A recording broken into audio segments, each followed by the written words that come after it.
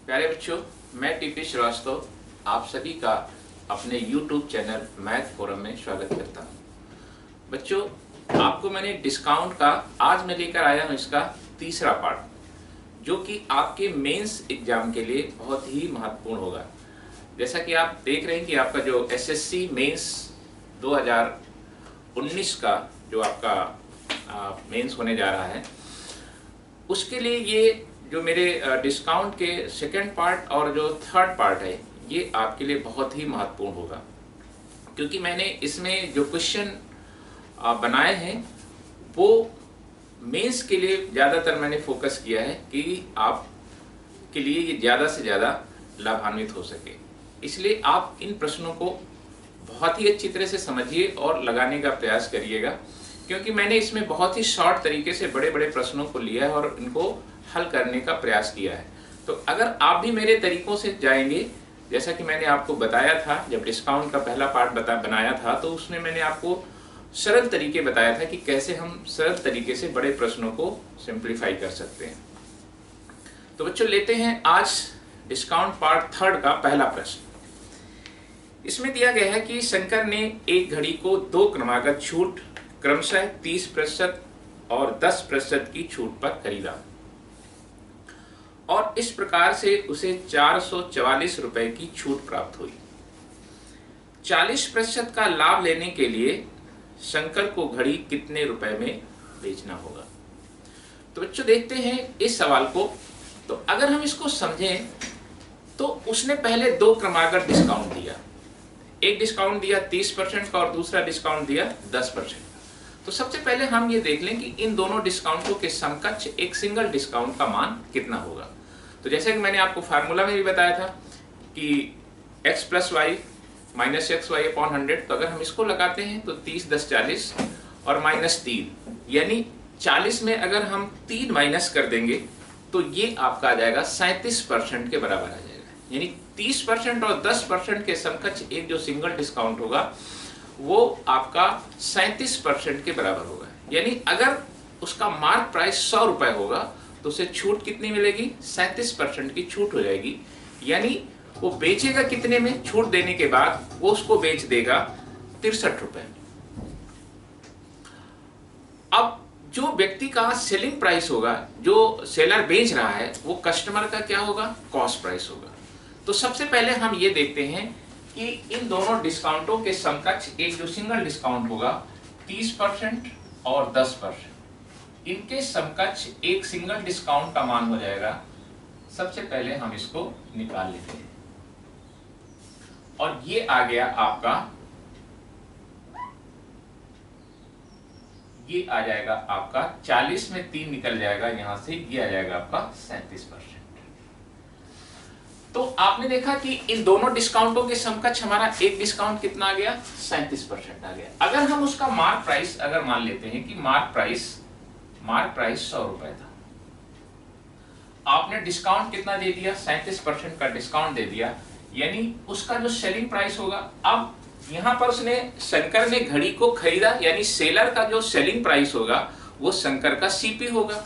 तो हम यहां से कह सकते हैं CP of watch, CP of watch ये हो जाएगा आपका 100 - 37 और ये आ जाएगा 63 रुपीज आ जाएगा। शंकर ने उस घड़ी को 63 रुपए में खरीदा। अब उसको लाभ चाहिए, और लाभ कितना चाहिए? 40% का उसको लाभ चाहिए, यानी शंकर उसको 40% लाभ पर बेचना चाहता है। तो 40% का मतलब आप जानते हैं, 40% का मतलब होता है 2/5। यानी अगर 5 रुपए का सामान है, 2 रुपए का लाभ लेंगे तो हमारा जो सेलिंग प्राइस हो जाएगा इसका SP of watch at 40% profit. तो यहां से हम ये कह सकते हैं कि ये आ जाएगा 63 का 7/5, 63 का 7/5 ये आ जाएगा। शंकर ने जब उसको बेचा 40% का लाभ लेकर के, तो ये आपका आ जाएगा, जब हम इसको हल करेंगे तो ये आ जाएगा आपका 88.5 आ जाएगा यहाँ से, 88.2 आएगा यहाँ से, 88.2 आ जाएगा यहाँ से। शंकर ने खरीदा कितने में? 63 रुपए में खरीदा और 40% का लाभ लेकर के उसको जब बेचा तो उसका जो सेलिंग प्राइस आया वो कितना आया? 88.2। अब इसने कहा कि जब शंकर ने उसे खरीदा था तो उसको छूट कितने रुपए की मिली थी? 444 रुपए की छूट मिली थी। और छूट यहाँ पर कितना दिया गया है? 37%, यानी 37 रुपए का छूट दिया है। तो हम यहाँ से कह सकते हैं कि 37 रेशियो ये बराबर आपका 444 रुपए आ जाएगा। तो आपको निकालना है कि उसने बेचा कितना है, शंकर ने उस वस्तु को कितने रुपए में बेचा। तो हम यहाँ से निकाल लेंगे 88.2 रेशियो की वैल्यू निकाल लेंगे यहाँ से। तो आ जाएगा 444 डिवाइडेड बाई 37 इंटू 88.2 और ये आपका आ जाएगा यहाँ से 1058.4। ये आ जाएगा कि शंकर ने उस वस्तु को कितने रुपए में बेचा, 40% का लाभ लेकर के उसको कितने रुपए में बेचा। तो आपने देखा कि जब हमने यहां पर डिस्काउंट निकाल लिया, आप जैसे आप इसको सिंपली लगाना चाहते थे कि हम डिस्काउंट निकाल लें सीधे से, 100 रुपए का मार्क प्राइस है, आपको छूट दिया गया 37 रुपए का छूट दिया गया, तो सेलिंग प्राइस उसका कितना बना? 63 रुपए। यानी विक्रेता का सेलिंग प्राइस और शंकर का कॉस्ट प्राइस क्या होगा? बराबर होगा। और शंकर का कॉस्ट प्राइस कितना आया? 63 रुपए आया। अब शंकर इस पर लाभ लेकर के बेचना चाहता है, तो लाभ लेकर के कितना लाभ लेना चाहता है? 40%। 40% लाभ पर इसका सेलिंग प्राइस कितना आया? जब हमने यहाँ से निकाला तो आ गया 88.2 आ गया यहाँ से। और आपने देखा कि विक्रेता ने शंकर को छूट कितने की दिया था? 444 रुपए की छूट दिया था। और छूट की जो वैल्यू है यहाँ से कितनी है? 37। तो हमने निकाल लिया 37 रेशियो बराबर 444। तो हमको यहाँ से चाहिए 82.2 रेशियो की वैल्यू कितनी होगी? ये आ गया आपका कि शंकर अगर उसे 40% लाभ लेकर के बेचेगा तो उसे कितने रुपए में बेचेगा। तो आपका आंसर आ गया यहाँ से 1058.4 रुपये आ गया। तो ये था आपका पहला सवाल। अब लेते हैं इसका दूसरा सवाल लेते हैं। एक प्रकाशक एक किताब की 2000 कापियां 2400 रुपए में बनाता है। एक पब्लिशर है और उसने 2000 कापियां की जो उसकी कॉस्ट आई बनाने की वो आएगी 2400 रुपए। उसने 500 कापियां फ्री में बांट दिया। आपने देखा होगा कि जितने पब्लिशर होते हैं वो अपनी स्पेसिमेन कॉपी के रूप में कुछ कॉपियां बेच देते हैं। तो उसने इन 2000 में से 1500 कॉपी उसने क्या कर दिया? फ्री में बांट दिया। और बेचते समय अंकित मूल्य में 25% की छूट दिया तथा 24 किताबों की खरीद पर एक किताब फ्री देता है। 24 किताबें खरीदने पर एक किताब फ्री देता है। यदि एक किताब का अंकित मूल्य 3.25 रुपए हो तो उसको होने वाला लाभ अथवा हानि क्या होगा? तो देखिए, मैंने आपको ये कॉन्सेप्ट बताया था। यहां पर पब्लिशर ने 2 डिस्काउंट दिया, एक तो कैश डिस्काउंट दिया और एक बुक के रूप में डिस्काउंट दिया। 24 की खरीद पर एक फ्री दे रहा है, यानी 25 वस्तुएं देगा, 25 किताबें देगा, उसमें एक फ्री रहेंगे। तो 1500 तो ऑलरेडी उसके पास बची थी, 2000 थी, 2000 में उसने 500 कापियां उसने फ्री में बांट दिया था। तो उसके पास बची कितनी? 1500। 2000 में 500 फ्री बांट दिया, बची कितनी? 1500। अब इन 1500 में इन 1500 आर्टिकल का उसने क्या किया? एक दाम निर्धारित किया, एक मार्क प्राइस। और उस मार्क प्राइस जो उसने निर्धारित किया एक कॉपी का, एक किताब का, वो निर्धारित किया 3.25। तो सबसे पहले हम ये देखेंगे कि इन सभी किताबें जो उसके पास बची, इनको सबसे पहले वो बेचेगा कितने में। तो उसने 2 डिस्काउंट दिया। एक तो उसने डिस्काउंट दिया, एक डिस्काउंट दिया 25% का, तो एक कैश के रूप में दिया उसने। 25% माने होता है 1/4। और दूसरा डिस्काउंट उसने दिया किताब के रूप में दिया। यानी 24 की खरीद पर एक फ्री, यानी उसने किताबें कितनी दिया 25, 25 में फ्री कितनी है एक, तो आपका यहां से दूसरा डिस्काउंट आ जाएगा, पहला डिस्काउंट और दूसरा डिस्काउंट आ जाएगा यहां से 1/25, 25 में एक फ्री। मैं इस चीज को पहले डिस्कस कर चुका हूं, इसके पहले वाला जो मैंने डिस्काउंट बताया था पार्ट 2 में, उसको मैं बता चुका हूं कि जब इस तरह का डिस्काउंट दिया जाता है तो हम कैसे डिस्काउंट निकालते हैं।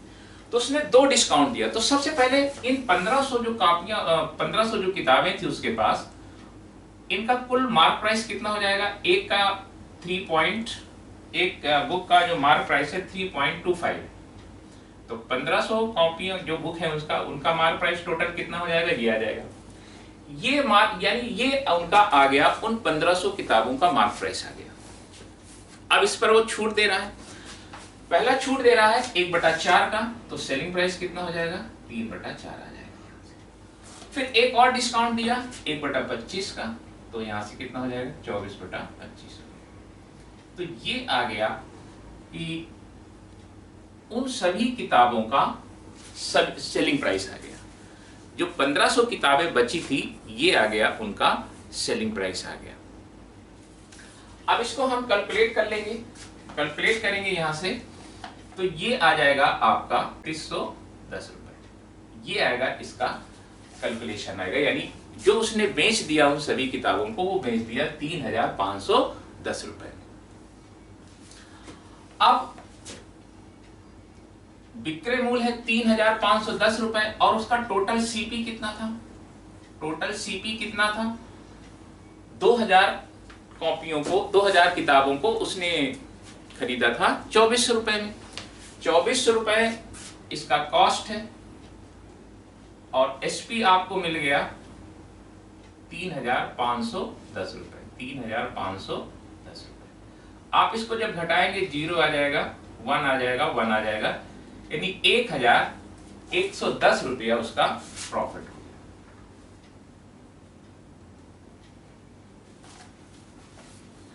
तो आपने देखा 2400 रुपए में खरीदा, बेच दिया 3510 में, प्रॉफिट कितना हो गया 1110 रुपए। तो अब हम यहां से निकाल लेंगे कि उसका प्रॉफिट परसेंट कितना होगा। तो अब हम यहां से इसका प्रॉफिट परसेंट निकाल लेंगे। प्रॉफिट परसेंट बराबर हो जाएगा 1110 इंटू 100 डिवाइडेड बाई 2400। ये 0 कैंसिल आउट हो गया यहाँ से, 3 तिया 9, 3 सत्ते 21, 3 अट्ठे 24, फिर 2 से कट जाएगा, 2 4 जा, और ये आ जाएगा आपका 4 चौके 16, 4 चौके 16, 4 छंग 24 और 1/4, यानी हम ये कह सकते हैं कि यह आ जाएगा 46.25% का उसको प्रॉफिट हो जाएगा।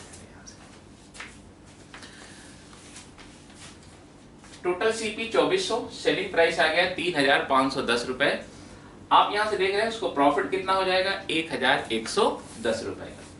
तो हम यहां से प्रॉफिट परसेंट निकाल लेंगे, और ये प्रॉफिट परसेंट बराबर होता है profit into 100 divided by CP, और ये आपका आ जाएगा यहां से 46 सही 1/4%, या हम कह सकते हैं 46.25% का उसको प्रॉफिट होगा। ये सवाल आपका मेंस के पॉइंट ऑफ व्यू से बहुत अच्छा सवाल है। तो यहां पर 2 डिस्काउंट उसने दिया, एक कैश डिस्काउंट दिया और एक उसने बुक के रूप में दिया।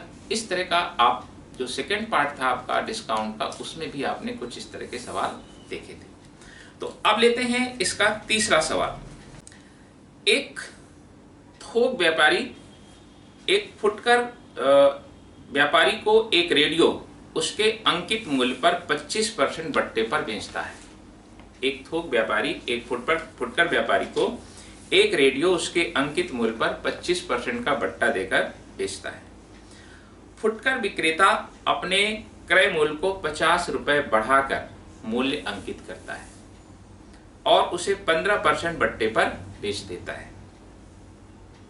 इस प्रकार उसे 40 रुपए का लाभ होता है, बट्टे माने डिस्काउंट, और इस प्रकार से उसे 40 रुपए का लाभ प्राप्त होता है। रेडियो का जो पहला अंकित मूल्य था वो कितने रुपए था? तो आपने देखा कि जो थोक व्यापारी था पहले उसका अंकित मूल्य था, फिर उसने व्यापारी को बेचा, फुटकर व्यापारी को बेचा, थोक व्यापारी ने फुटकर व्यापारी को बेचा।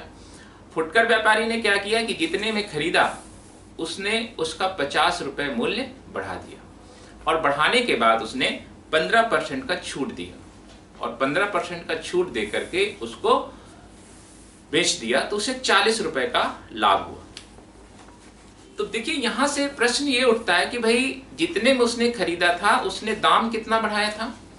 दाम उसने बढ़ाया था 50 रुपए, और अंत में उसे लाभ कितना हुआ? 40 रुपए का छूट देने के बाद, और छूट उसने कितना दिया? 15%। इसका मतलब ये हुआ कि जितने में उसने खरीदा और प्लस 50 रुपए का जो 15% होगा वो किसके बराबर होगा? 10 रुपए के बराबर होगा। क्यों ऐसा होगा? क्योंकि भाई दाम तो उसने 50 रुपए बढ़ाया था, उसका मूल्य जो है खरीदने के बाद कितना बढ़ाया था? 50 रुपए। उसमें फायदा कितना हुआ उसको? 40 रुपए का। इसका मतलब जो डिस्काउंट दिया, यानी जो 50 रुपए बढ़ाया था, अगर डिस्काउंट नहीं तो देता तो 50 रुपए का लाभ होता, लेकिन उसने 15% डिस्काउंट जब दे दिया तो उसको लाभ कितना हुआ? 40 रुपए का। इसका मतलब ये हुआ कि 15% डिस्काउंट कितने रुपए के बराबर हो गई? 10 रुपए के बराबर हो गई। तो हम लेते हैं इस सवाल को, कैसे लगाना इस सवाल को।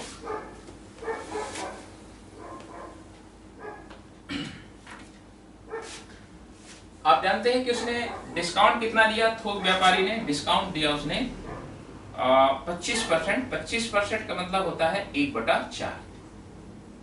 1/4, यानी अगर 4 रुपए उसका मार्क प्राइस है तो 1 रुपए का वहां पर डिस्काउंट मिल जाएगा यहां से, तो उसका मार्क प्राइस और जो सेलिंग प्राइस का जो रेशियो बनेगा वो बनेगा 4x और 3x। ये आ गया उसका मार्क प्राइस और सेलिंग प्राइस का रेशियो आ गया। अब फुटकर विक्रेता ने उसको खरीदा कितने में? ये उसका सेलिंग प्राइस, जो थोक व्यापारी का सेलिंग प्राइस होगा वो फुटकर विक्रेता का क्या होगा? सीपी हो जाएगा। तो उसको फुटकर विक्रेता ने खरीदा कितने में? 3x। 3x में खरीदा और उसने 50 रुपए उसका मूल्य बढ़ा दिया। ये आ जाएगा यहां से mark price of the retailer. फुटकर विक्रेता का ये मार्क प्राइस आ गया। 3x में खरीदा, जो होलसेलर होगा यानी जो थोक व्यापारी है उसका सेलिंग प्राइस और रिटेलर का कॉस्ट प्राइस दोनों क्या होते हैं? बराबर होते हैं। तो ये है आपका होलसेलर का सेलिंग प्राइस और यही है रिटेलर का कॉस्ट प्राइस। खरीदने के बाद उसने 50 रुपए दाम बढ़ा दिया, और बढ़ाने के बाद उसने छूट कितना दिया? 15%, यानी इस मूल्य का 15%, और ये बराबर हो जाएगा 10 रुपए। और ये 10 रुपए क्यों होगा? ये बात मैं आपको बता चुका हूं, क्योंकि उसने दाम बढ़ाया था 50 रुपए और अंत में उसको लाभ कितना हुआ? 40 रुपए का। तो जो दाम बढ़ाया था 50 रुपए, अगर छूट नहीं देता तो उसे 50 रुपए का लाभ होता, लेकिन छूट दे दिया 15% की, तो लाभ 10 रुपए कम हो गया। यानी ये इस मूल्य का 15% किसके बराबर होगा? 10 के बराबर होगा। तो अब हम यहां से वैल्यू निकाल लेंगे, x की वैल्यू निकाल लेंगे। 5 दिया 15, 5 दूनी 10, और ये आ जाएगा आपका 9x प्लस 150 बराबर आ जाएगा आपका 200। तो 9x बराबर आ जाएगा 50। तो हमें वैल्यू किसकी चाहिए? 4x की वैल्यू चाहिए हमको। तो ये हमारा 4x की वैल्यू आ जाएगी यहाँ से 50 बटा 9x और 4x। x कैंसिल हो जाएगा यहाँ से, और ये आ जाएगा 5 के 20, यानी 200 बटा कितना आ जाएगा? 9 आ जाएगा, और ये बराबर हो जाएगा 9 दूनी 18, 22 सही 1 बटा 9 रुपया उसका ये आ जाएगा अंकित मूल्य आ जाएगा यहाँ से। 22 सही 2 बटा 9 रुपए उसका अंकित मूल्य आ जाएगा। तो आपने देखा कि यहाँ पर जो प्रश्न था, अब इस प्रश्न को हम दूसरे तरीके से भी जा सकते थे कि पहले उसका हम सेलिंग प्राइस निकालते, रिटेलर का सेलिंग प्राइस और उसकी जो कॉस्ट प्राइस है उसका डिफरेंस बराबर हम कर देते, यहाँ पर 40 रुपए के बराबर कर देते, लेकिन उस तरह में सवाल थोड़ा सा कैलकुलेटिव हो जाता। इस तरह से जैसे मैंने बताया आपको, इस तरह में आसान हो जाएगा। नहीं तो पहले फिर आप क्या करते, जैसे ये मूल्य था यहाँ से 3x प्लस 50 था, इसका आप 85% निकालते, क्योंकि 15% छूट पर उसने बेचा था, तो इसका 85% मूल्य निकाल लेते और 85% वो सेलिंग प्राइस आता और उसका 3x उसकी कॉस्ट प्राइस थी। इन दोनों का डिफरेंस कर देते और ये 40 के बराबर कर देते। लेकिन जब हम उस तरह से जाते हैं सवाल, तो सवाल कैलकुलेटिव पड़ जाता है। लेकिन यहाँ से आप देख रहे हैं कि सवाल आपका बहुत आसानी से बन जाएगा। ये मैंने आपको कैलकुलेशन थोड़ा सा आपको डिटेल आगे करा दिया, अदरवाइज ये सवाल यहीं से आपका बन जाता है यहाँ से, और आप इसको बहुत आसानी से निकाल सकते थे। तो अब लेते हैं इसका अगला सवाल। अगला सवाल है इसका, जब एक वस्तु के अंकित मूल्य में 25% वृद्धि कर दी जाती है तथा विक्रय मूल्य को 16.66% बढ़ा दिया जाता है, तो होने वाला लाभ पहले से दुगना हो जाता है। यदि वस्तु का वास्तविक अंकित मूल्य 400 रुपए हो तथा वास्तविक अंकित मूल्य क्रय मूल्य से 33.33% अधिक हो, तो बढ़ा हुआ विक्रय मूल्य क्या होगा? अब देखिए यहां पर सवाल को पहले समझते हैं। इसने कहा कि एक वस्तु का अंकित मूल्य को 25% बढ़ा दिया जाता है, यानी जो पहले अंकित मूल्य था उसको बढ़ा दिया गया। कितना बढ़ा दिया गया? 25%। 25% का मतलब होता है 1/4, यानी अगर पहले 4 रुपए अंकित मूल्य था तो अब 1 रुपए बढ़ा दिया जाएगा, तो कितना हो जाएगा? 5 रुपए हो जाएगा। और इसने कहा कि विक्रय मूल्य को कितना बढ़ा दिया गया? विक्रय मूल्य को 16.66% बढ़ा दिया गया। 16.6 का मतलब होता है, 66 का मतलब होता है 1/6 होता है। ये आपको पता होगा कि क्योंकि मैंने आपको फ्रैक्शनल वैल्यू इसकी बताया था। तो सबसे पहले लेते हैं कि अच्छा, उसने कहा कि यदि वस्तु का जो वास्तविक अंकित मूल्य है, यानी जो पहले वाला अंकित मूल्य है 400 रुपए, और वास्तविक अंकित मूल्य क्रय मूल्य से कितना परसेंट अधिक है? 33.33%, यानी जो इनिशियल मार्क प्राइस था वो सीपी से कितना ज्यादा था? 33 सही 1/3। 33.33 का मतलब होता है 1/3। 33.33% का मतलब होता है 1/3, यानी जो इसका इनिशियल मार्क प्राइस था वो इसके सीपी से 1/3 यानी 33.33% ज्यादा था, यानी ये कितना हो जाएगा? सीपी का 4/3 हो जाएगा। तो हम यहां से कह सकते हैं MP/CP बराबर आ जाएगा 4/3, यानी इनिशियल मार्क प्राइस सीपी से कितना ज्यादा है? 33 से 1/3% या 33.33%। और इनिशियल मार्क प्राइस दिया कितना है इसका? 400 रुपए दिया गया है। इनिशियल मार्क प्राइस कितना दिया गया है? 400 रुपए, यानी 4 रेशियो बराबर यहां से आ जाएगा 400, तो 3 रेशियो की वैल्यू कितनी आ जाएगी? 300 रुपए। ये आ गया उस वस्तु का सीपी आ गया।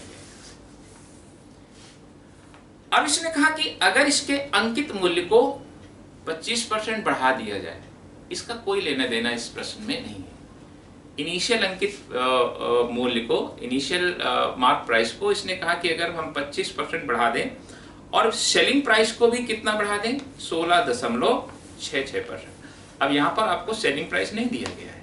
16.66 का मतलब ये होता है कि आपने देखा यहां से मार्क प्राइस कितना है इसका? मार्क प्राइस है आपका 400 रुपए, सीपी आपको निकल गया 300 रुपए, और एसपी अगर हम यहां से देखें SP1 और SP2, इसने कहा कि अगर उसके सेलिंग प्राइस, पहला सेलिंग प्राइस हमको पता नहीं है कितना है क्योंकि ना दिया है इसमें।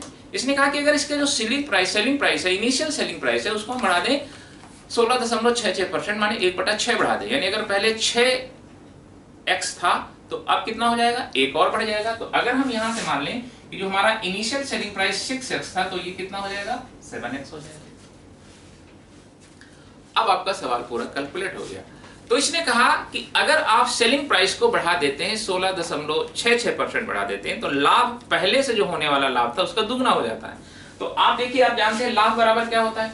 Selling price minus CP. तो हमारा पहला सेलिंग प्राइस कितना था? 6x, और सीपी कितना था? 300। ये पहले होने वाला लाभ है, प्रारंभ में होने वाला लाभ, और कह रहा है कि इस लाभ का, ये जो लाभ का दुगना हो जाता है अगर हम इस सेलिंग प्राइस पर बेचते हैं, तो ये आ जाएगा 7x माइनस 300, और ये बराबर इस लाभ का कितना है, दुगना है यहां से, यानी हम इसको लिख सकते हैं 2। इसने कहा कि लाभ का मान क्या हो जाता है, दुगना हो जाता है यहां से। अगर हम इसको इस सेलिंग प्राइस पर बेचेंगे, यानी 16.66% बढ़ा करके अगर हम इसको बेचें, तो लाभ का मान दुगना हो जाता है, यानी ये जो सेलिंग प्राइस होगा, लास्ट वाला जो सेलिंग प्राइस होगा, इस लाभ का क्या हो जाएगा, दुगना हो जाएगा। अब हम यहां से x की वैल्यू निकाल लेंगे। हमको निकालना क्या है, बढ़ा हुआ विक्रय मूल्य क्या है। तो आप जान रहे हैं कि बढ़ा हुआ विक्रय मूल्य कितना है, आप बढ़ा हुआ विक्रय मूल्य निकाल सकते हैं यहां से।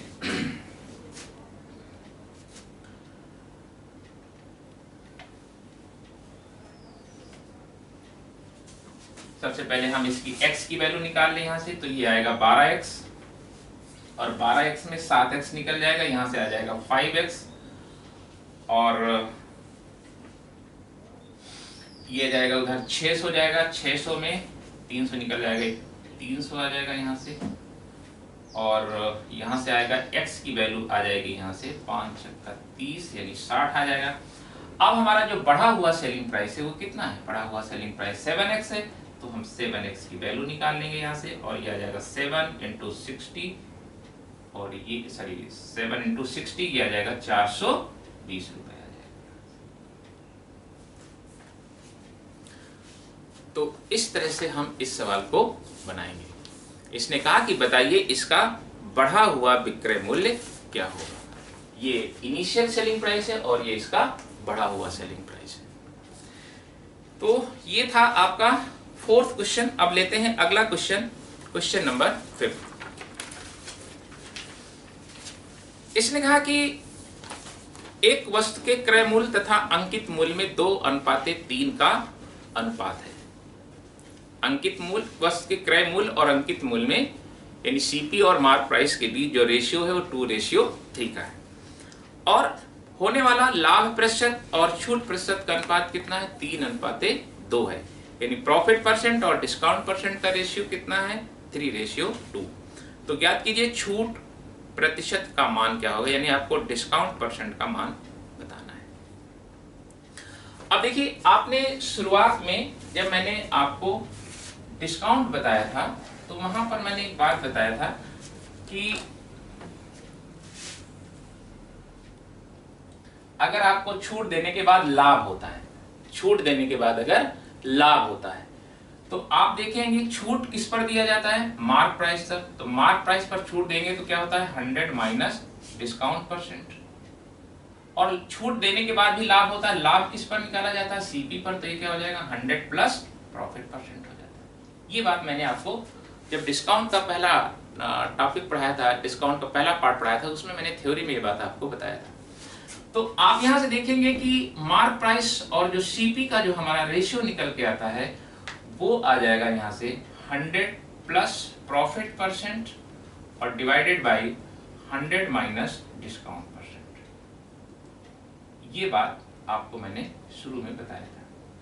अब आपको कुछ नहीं करना, यहाँ पर मार्क प्राइस और सीपी का रेशियो आपको दिया गया। मार्क प्राइस और सीपी का रेशियो क्या दिया गया, 3:2। हम यहाँ से रख देंगे 3:2, ये रख देंगे यहाँ से। 100 प्रॉफिट कितना बता रहा है, प्रॉफिट परसेंट का मान कितना है, यहाँ से प्रॉफिट परसेंट चूंकि रेशियो में दिया गया है, प्रॉफिट परसेंट 3x है यहाँ से, और 100 माइनस डिस्काउंट परसेंट का मान कितना दिया है, डिस्काउंट है आपका 2x हो जाएगा यहाँ से, माइनस 2x हो जाएगा। और इसको हम कैलकुलेट कर लेंगे। यहाँ से आपसे पूछा है छूट प्रतिशत का मान क्या होगा। छूट प्रतिशत का मतलब यहाँ से आपको वैल्यू निकालना है, 2x की वैल्यू निकालना है यहाँ से। तो आप इसको मल्टीप्लाई कर लीजिए, इधर से मिलेगा 6x और इधर से मिलेगा 6x, तो इधर हो जाएगा 12x और इधर मिलेगा आपको 300, 300 में 200 निकल जाएगा, ये आ जाएगा 100 आ जाएगा यहाँ से। तो आपको वैल्यू किसकी चाहिए, इसकी वैल्यू चाहिए आपको 2x की वैल्यू चाहिए। तो आपको 12x की वैल्यू ये आ गई, तो आप इसको 6 से डिवाइड कर दीजिए, यहाँ दोनों तरफ 6 से भाग दे दीजिए, क्योंकि आपको वैल्यू किसकी, हमारा डिस्काउंट परसेंट कितना है, डिस्काउंट परसेंट हमारा 2x है। डिस्काउंट परसेंट कितना है, यहाँ से देखिए आपको दिया गया है प्रॉफिट परसेंट बराबर हमने मान लिया था 3x और डिस्काउंट परसेंट आपको दिया था आपका 2x। हमको 2x की वैल्यू चाहिए, इसको हम 6 से डिवाइड कर देंगे यहाँ से, तो ये आपका आ जाएगा यहाँ से 2x बराबर आ जाएगा 2 तिया 6 और 50 आ जाएगा, यानी 16 सही 2/3% आ जाएगा, या आप इसको कह सकते हैं 16.66%। 3 छंग 18, 3 छंग 18, ये आ जाएगा आपका यहाँ से 16 सही 2/3% का उसने छूट दे दिया, या 16.66 कह सकते हैं इसको। मार्क प्राइस और सीपी का हमने रेशियो निकाल लिया, प्रॉफिट परसेंट और डिस्काउंट का रेशियो दिया है, और रेशियो एक्चुअल वैल्यू नहीं होती, उसमें हमें x लिखना पड़ेगा, 3x और 2x, ये हमने वैल्यू पुट कर दिया, यहाँ से कैलकुलेट किया, यहाँ से आ जाएगा 6x, इधर से आ जाएगा 6x, 12x हो जाएगा, और यहाँ से आ जाएगा 200, इधर से आ जाएगा 300, डिफरेंस कितना हो जाएगा 100, और हमको 2x की वैल्यू चाहिए, 2x की वैल्यू के लिए हमने 6 से डिवाइड कर दिया, तो ये आ गया आपका 16.66%। तो ये था आपका क्वेश्चन नंबर 6, क्वेश्चन नंबर 5 था। अब लेते हैं अगला क्वेश्चन नंबर 6। अगला क्वेश्चन है कि 16 वस्तुओं का क्रय मूल्य 12 वस्तुओं के विक्रय मूल्य के बराबर है, तथा 2 वस्तुओं पर छूट 3 वस्तुओं के लाभ के बराबर है, तो ज्ञात कीजिए छूट प्रतिशत का मान क्या होगा। अब देखिए, इस सवाल को हम मौखिक भी बना सकते हैं, लगा के भी बना सकते हैं। अब पहले मैं आपको यहां से लगाने वाला तरीका पहले बताता हूं। इसने कहा कि 16 वस्तुओं का क्रय मूल्य, 16 वस्तुओं का क्रय मूल्य ये बराबर है आपके 12 वस्तुओं के विक्रय मूल्य के बराबर। आप इस तरह से सवाल लगा चुके हैं पीछे। 16 वस्तुओं का क्रय मूल्य 12 वस्तुओं के सेलिंग प्राइस के बराबर है, तो हम यहाँ से SP/CP निकाल सकते हैं यहाँ से, तो ये आ जाएगा 16/12, यानी एक वस्तु का अगर हम सेलिंग प्राइस और क्रय मूल्य देखें तो ये आ रहा है 16 और 12 आ रहा है यहाँ से। और इसने कहा कि 2 वस्तुओं पर छूट, 2 वस्तुओं पर डिस्काउंट, 3 वस्तुओं पर होने वाले लाभ के बराबर, 3 वस्तुओं पर होने वाले प्रॉफिट के बराबर। तो हम यहां से निकाल सकते हैं डिस्काउंट अपॉन प्रॉफिट, और ये बराबर आ जाएगा 3। आप देख रहे हैं कि ये एक वस्तु का सेलिंग प्राइस है और ये एक वस्तु का क्रय मूल्य है। तो आप जानते हैं कि सेलिंग प्राइस में अगर हम सीपी को घटाते हैं तो हमें प्रॉफिट मिलता है। तो अगर आप देखेंगे यहां से, तो आप यहां से देखेंगे 12 को घटाएंगे 16 में, तो आपको 4 रुपए का यहां से प्रॉफिट आएगा यहां से। और अगर यहां से देख रहे हैं एक वस्तु पर होने वाला प्रॉफिट और एक वस्तु पर जो छूट दिया है वो कितना है, 3 रुपए। एक वस्तु पर होने वाला प्रॉफिट यहाँ कितना हो रहा है, 4 रुपए का, यहाँ कितना हो रहा है, 2 रुपए का। तो हमें दोनों जगह प्रॉफिट क्या करना पड़ेगा, बराबर करना पड़ेगा। तो अगर हमें बराबर करना है तो मैं इसको यहां से अगर काट दूं, 2 अट्ठे 16 और 2 छंग 12, तो आप देख रहे हैं कि ये आ गया 8/6। अब आप देखेंगे यहां से 8 और 6 के बीच का डिफरेंस कितना आया, 2 आया, यानी एक वस्तु पर होने वाला प्रॉफिट कितना है, 2 रुपए आ गया यहां से। और यहां पर भी एक वस्तु पर होने वाला प्रॉफिट कितना है, 2 रुपए, दोनों जगह एक बार बराबर हो गया। तो अब हम यहां से कह सकते हैं कि जो हमारा यहां से सीपी है, सीपी हो गया 6 रुपए, हमारा सेलिंग प्राइस कितना हो गया, 8 रुपए। और आप जानते हैं सेलिंग प्राइस कब मिलता है, छूट देने के बाद। और हमारा डिस्काउंट कितना है एक वस्तु पर, 3 रुपए। तो हमारा मार्क प्राइस कितना आ जाएगा यहाँ से, मार्क प्राइस इसमें जोड़ देंगे 8 में, 8 3 11 रुपए हो जाएगा। भाई हमारा सीपी है 6 रुपए, सीपी हमारा कितना 6 रुपए, एसपी कितना है 8 रुपए, एक वस्तु पर प्रॉफिट कितना है, 2 रुपए। एक वस्तु पर डिस्काउंट कितना है, तो आप देख रहे हैं कि एक वस्तु पर डिस्काउंट देने के बाद सेलिंग प्राइस कितना है, 8 रुपया, और एक वस्तु पर डिस्काउंट कितना दिया गया, 3 रुपए, तो मार्क प्राइस कितना हो जाएगा, 11 रुपए हो जाएगा। इसने पूछा आपसे तो बताइए छूट प्रतिशत का मान क्या होगा। आप जानते हैं कि डिस्काउंट परसेंट कब कैसे निकलता है। आप देख रहे हैं 11 रुपए का सामान है, 8 रुपए में बेच रहे हैं, तो आपने डिस्काउंट कितने का दिया, यहाँ से डिस्काउंट दिया आपने 3 रुपए का। मार्क प्राइस कितना है आपका, 11 गुणे क्या कर लेंगे, यहाँ से 100 कर देंगे, ये आपका आ जाएगा 300/11, और ये आ जाएगा 11 दूनी 22, और 8 आएगा, 11 सत्ते 77, 3 आ जाएगा, 11 दूनी 22, 80 आ जाएगा, 11 सत्ते 77, 3/11 आ जाएगा, यहाँ से 3/11%, यानी 27 सही 3/11% का उसने क्या किया, उसके जो छूट प्रतिशत है वो कितना हो जाएगा, यहाँ से 27 सही 3/11। अब लेते हैं क्वेश्चन नंबर 7वां क्वेश्चन नंबर। एक वस्तु का अंकित मूल्य क्रय मूल्य से 50% अधिक है। जब अंकित मूल्य को 20% बढ़ा दिया जाता है तथा विक्रय मूल्य को भी 20% बढ़ा दिया जाता है तो लाभ का मान दुगना हो जाता है। यदि वस्तु का वास्तविक अंकित मूल्य 300 रुपए हो तो उसका वास्तविक विक्रय मूल्य क्या था। इसने कहा कि एक वस्तु का अंकित मूल्य क्रय मूल्य से 50% अधिक है। 50% का मतलब होता है 1/2। एक वस्तु का अंकित मूल्य क्रय मूल्य से 50%, तो यानी मार्क प्राइस और जो सीपी है ये आ जाएगा 3/2, क्योंकि क्रय मूल्य से 50% अधिक है। अच्छा, इसने कहा कि वस्तु का जो वास्तविक अंकित मूल्य कितना है, 300 रुपए। तो आप देख रहे हैं कि 3 रेशियो बराबर किसके हो जाएगा, 300 को, तो 1 रेशियो बराबर कितना हो जाएगा, 100, तो 2 रेशियो बराबर कितना हो जाएगा, 200। तो आपने देखा कि इसका सीपी कितना आ गया, यहाँ से 200 रुपए आ गया यहाँ से। इसने कहा कि जब इसके अंकित मूल्य को 20% बढ़ा दिया जाता है और विक्रय मूल्य को भी 20% बढ़ा दिया जाता है। अब हमको इसका विक्रय मूल्य नहीं दिया गया है, विक्रय मूल्य हमको यहाँ पर नहीं दिया गया, 20% बढ़ा दिया, तो 20% बढ़ाने का मतलब होता है 1/5।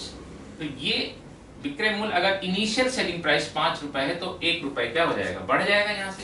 तो अगर मैं यहाँ से कहूँ SP1 और SP2, तो SP1 और SP2 आपका कितना आ जाएगा, 5x ये हो जाएगा, और ये कितना हो जाएगा 6x, क्योंकि इसने 20% बढ़ा दिया। तो कह रहा कि अगर हम इस सेलिंग प्राइस पर जब पहले बेचते थे और इस सेलिंग प्राइस पर जब बेचेंगे तो पहले वाले सेलिंग प्राइस पर बेचने पर होने वाला जो लाभ है उसका दुगना होगा बाद में बेचने पर, बाद वाले सेलिंग प्राइस पर बेचने पर। तो अब आप यहां से देख लीजिए कि पहले उसको लाभ कितना होता था, सीपी कितना है आपका 200 रुपए, और उसका सेलिंग प्राइस कितना है 5x। तो हम यहां से लिखेंगे 5x माइनस 200, और ये बराबर हो जाएगा आपका 6x माइनस 200, और इस लाभ का ये दुगना हो जाएगा, ये लाभ इस लाभ का दुगना हो जाएगा। इस सेलिंग प्राइस पर बेचने पर होने वाला जो लाभ है पहले इस सेलिंग प्राइस पर बेचने पर होने वाले लाभ का दुगना है। तो अब हम यहां से निकाल लेंगे, यहां से 10x आएगा, यहां से आएगा 6x, यहां से आ जाएगा 4x, और इधर हो जाएगा 400, 200 निकल जाएगा, आपका आ जाएगा 200, तो ये आ जाएगा 4×5 = 20, यानी x बराबर कितना आ गया आपका 50 आ गया। आपसे पूछा गया है कि बताइए उसका वास्तविक विक्रय मूल्य क्या था। तो आप देख रहे हैं यहाँ से वास्तविक विक्रय मूल्य कितना था, इनिशियल सेलिंग प्राइस कितना था 5x, तो यहाँ से हम लिख सकते हैं उसका इनिशियल SP1 बराबर कितना आ जाएगा, यहाँ से 50 × 5 बराबर 250, ये आ जाएगा उसका इनिशियल सेलिंग प्राइस आ जाएगा। अब लेते हैं क्वेश्चन नंबर 8वां क्वेश्चन नंबर। एक रेडियो का सूची मूल्य 64 रुपए लिस्टेड प्राइस, उसे एक फुटकर विक्रेता को 2 क्रमागत छूट 25% तथा 15% देकर बेचा गया। फुटकर विक्रेता इस पर कितना मूल्य अंकित करे कि 10% छूट देने के बाद भी उसे 20% का लाभ प्राप्त हो।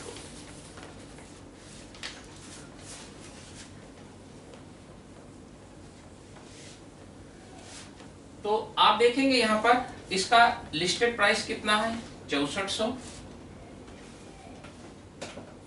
इस पर पहला डिस्काउंट दिया गया 25%, तो इसका सेलिंग प्राइस, पहला सेलिंग प्राइस कितना आ जाएगा, 3/4 हो जाएगा। फिर एक और छूट दिया 15% होता है 3/15% को निकाल लीजिए, 5 × 15, 5 दूनी 10, तो इसका सेलिंग प्राइस कितना आ जाएगा, 17/20 आएगा। तो विक्रेता ने जब इसको बेचा तो ये आ गया सीपी आ गया उसका।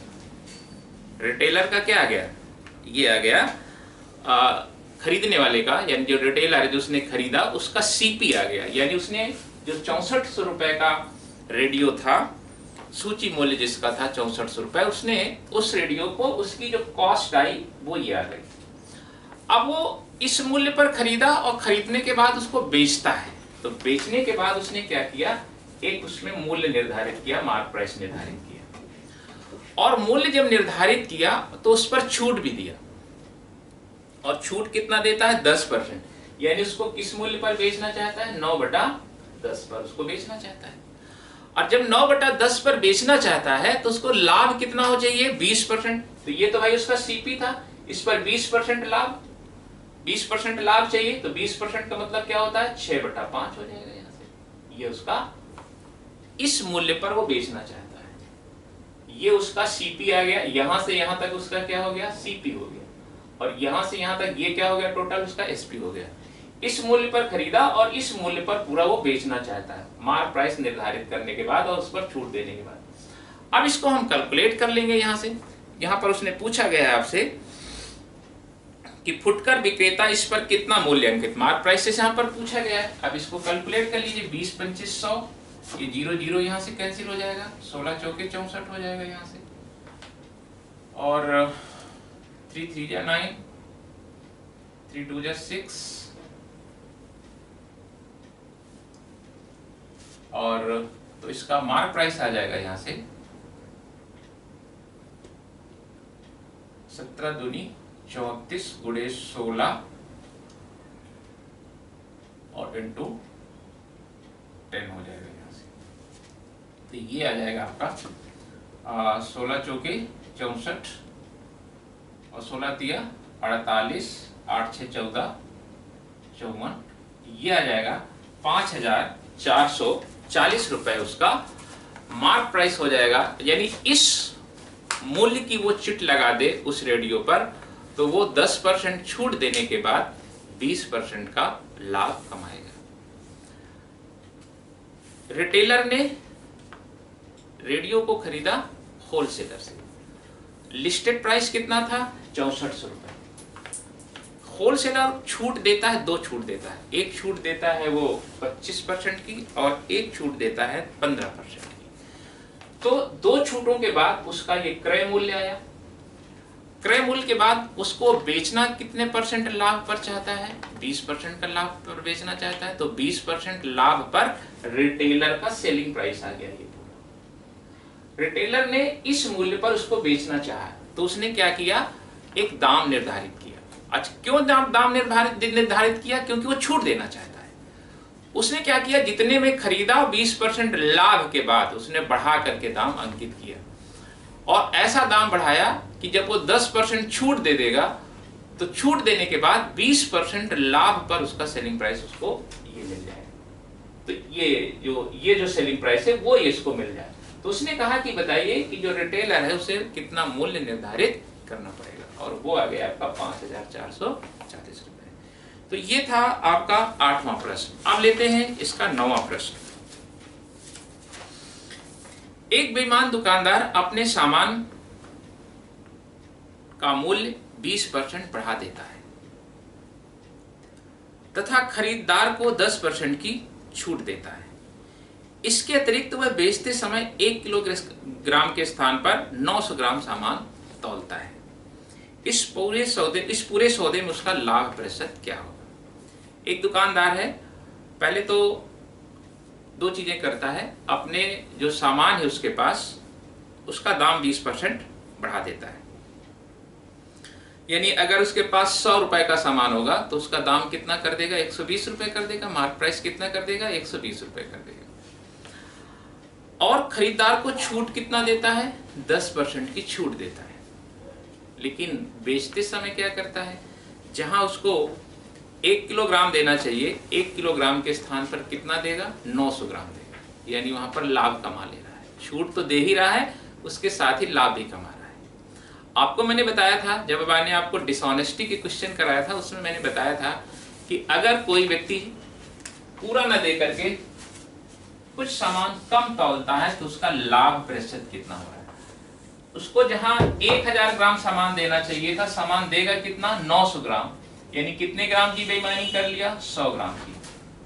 और सामान कितना दिया, 900 इंटू क्या हो गया, 100। ये उसका प्रॉफिट परसेंट आ गया, ये उसका प्रॉफिट परसेंट आ गया यहां से।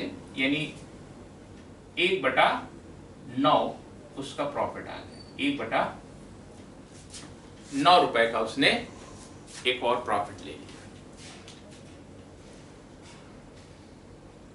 तो आपने देखा कि अगर हम ये मान लेते हैं कि सीपी कितना है, सीपी अगर हम 100 रुपए मान लेते हैं, सीपी अगर हम 100 रुपए मानेंगे तो हमारा मार्क प्राइस कितना हो जाएगा, मार्क प्राइस 120 हो जाएगा।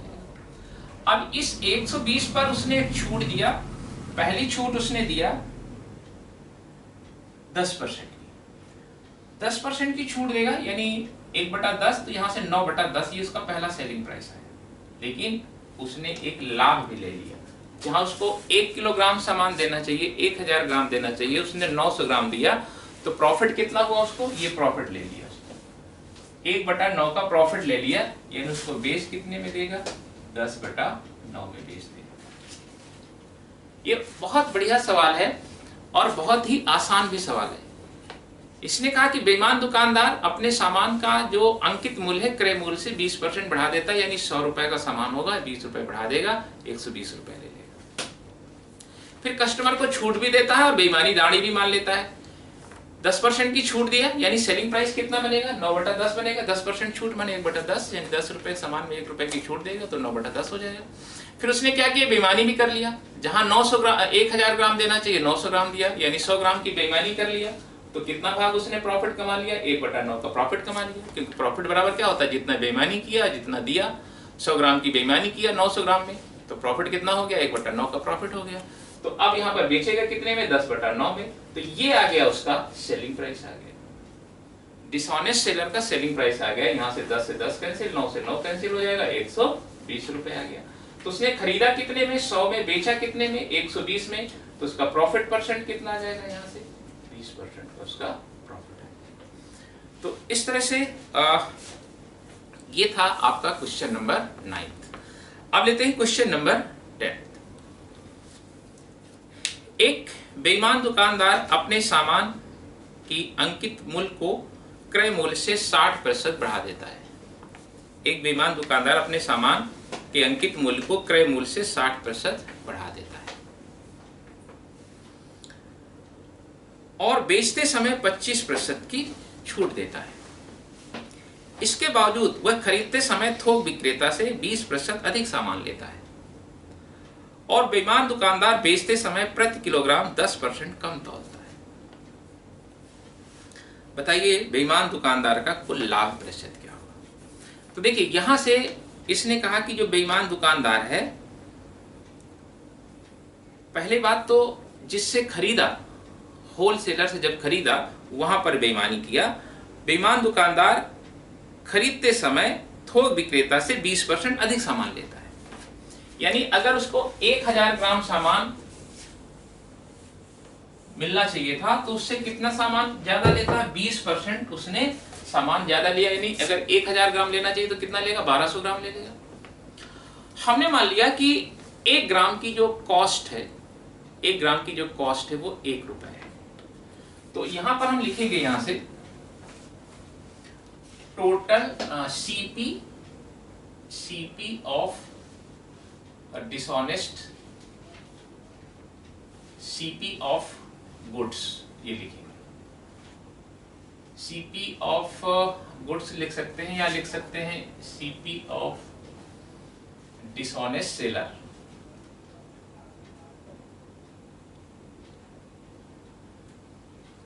डिसऑनेस्ट सेलर ये आ गया 1000 ग्राम है, 1000 रुपए हमने उसका मान लिया कि उसने भाई जब उसने होल सेलर से लिया तो 20% एक्स्ट्रा लिया। अगर मान लीजिए कि 1000 ग्राम उसने सामान लिया तो उसने 20% होल सेलर से ज्यादा लिया, यानी 1200 ग्राम सामान लिया। तो अगर हम 1000 ग्राम की कीमत अगर हम मान लेते हैं कि 1000 रुपए पड़ी उसको डिसऑनेस्ट सेलर को, और उसने सामान कितना ले लिया 1200 ग्राम ले लिया, तो हम यहां से लिखेंगे टोटल सीपी ऑफ गुड्स। जो भी सामान लिया ये आ जाएगा उसके पास 1200, ये आया 1200 रुपए का सामान ले लिया उसने। अब इसके बाद उसने क्या किया, उसका दाम बढ़ा दिया। उसके पास सामान कितने का आ गया 1200 रुपए का, लगाया कितना 1000 रुपए लगाया, 1200 रुपए का सामान ले लिया। अब इसके बाद उसने क्या किया 60% दाम बढ़ा दिया।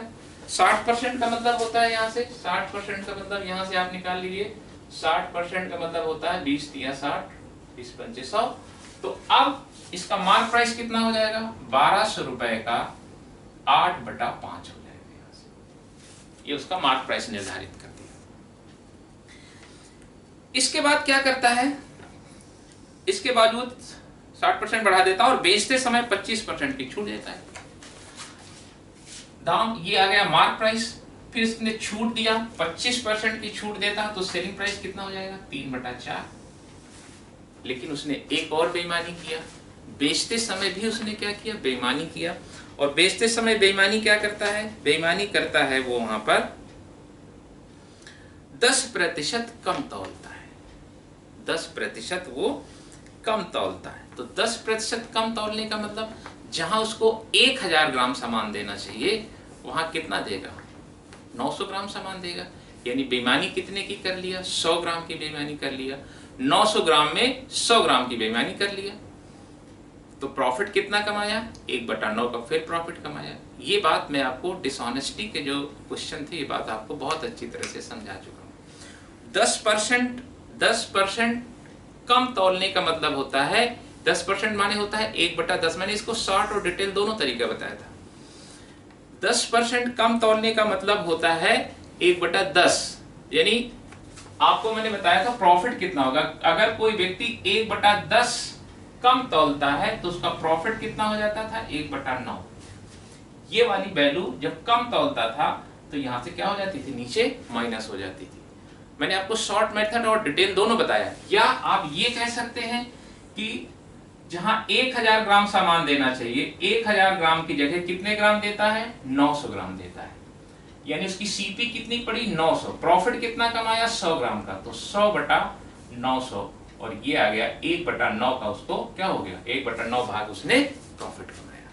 तो जब 1/9 भाग प्रॉफिट कमाया यानी 9 रुपए का सामान 1 रुपए का लाभ लेगा, यानी बेचेगा कितने में यहां से ये आ जाएगा यहां से 10/9 हो जाएगा। ये आ गया उसका सेलिंग प्राइस।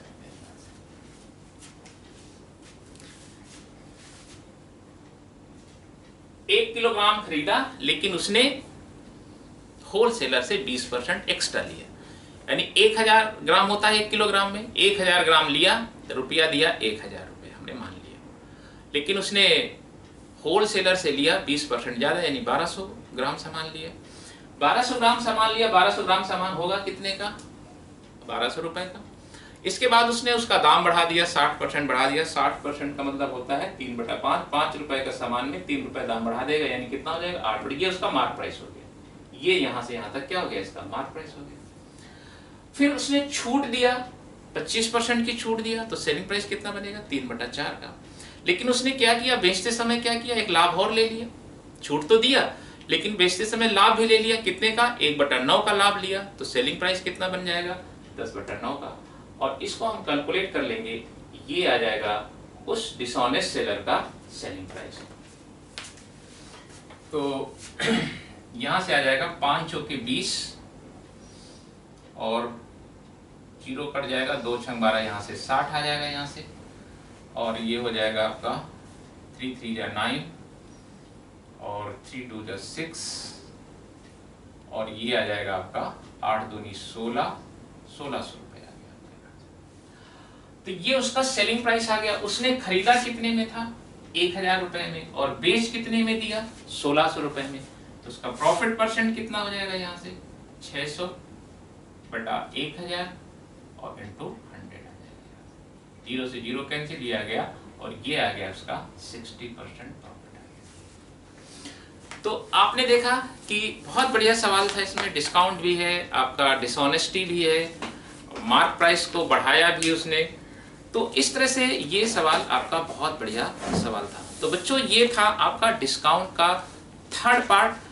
अगला पार्ट होगा ट्रू डिस्काउंट का, जो एसएससी में बहुत सारे सवाल आपके पूछे गए हैं और इससे संबंधित आपको किसी बुक में प्रश्न मिलते नहीं है। मैंने इसमें कुछ कलेक्शन किया है अच्छे सवालों का, जो आपके मेंस में भी आ सकते हैं, प्री में तो आ ही आए हैं, मेंस में भी पूछा जा सकता है, क्योंकि अगर उसने प्री में पूछा तो मेंस में भी पूछे जा सकते हैं। तो आप देखेंगे अगला जो मैं डिस्काउंट का आपका जो ट्रू डिस्काउंट होगा उस पर कुछ कलेक्शन मैंने किया है, जिसको आप अगले वीडियो में देखेंगे। Thank you very much.